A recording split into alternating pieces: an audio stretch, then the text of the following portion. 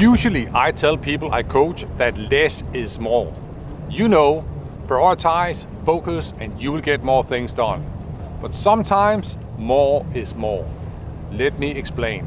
Recently I was reading this book, Art and Fear, and I came across this interesting experiment. It was a ceramics class, and on the opening day, the ceramics teacher announced that he would be dividing the class into 2 groups. All those on the left side of the studio would be graded solely on the quantity of the work they produced.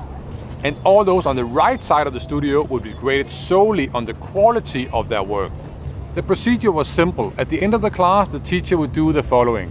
For the quantity group, the teacher would weigh the work. For 50 pounds of pots, you would get an A. For 40 pounds of pots, you would get a B, and so on. Those graded on quality only needed to make 1 pot, but to get an A, they had to make the perfect pot.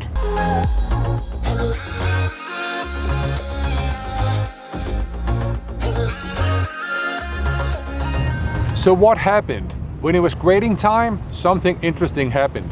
The highest quality pots were all produced by the group being graded for quantity. How did this happen? The quantity group got really busy making lots of pots while learning from their mistakes. But the quality group spent time theorizing about the perfect pot. And in the end, they had some amazing theories, but no perfect pots. I know, you might be asking, why are you talking about pots? I work in business. I know. Wait, there is more.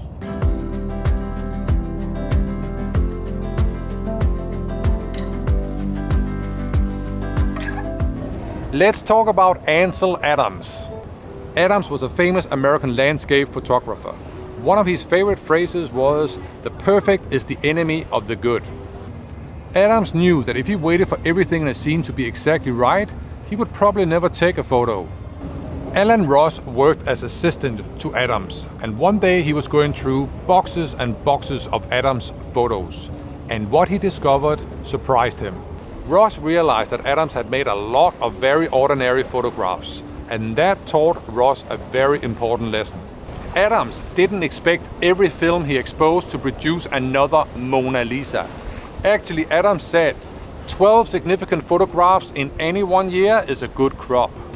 Adams knew that you need quantity to get to quality. So why am I talking about pots and photos? Because I often hear managers ask their teams for their best ideas.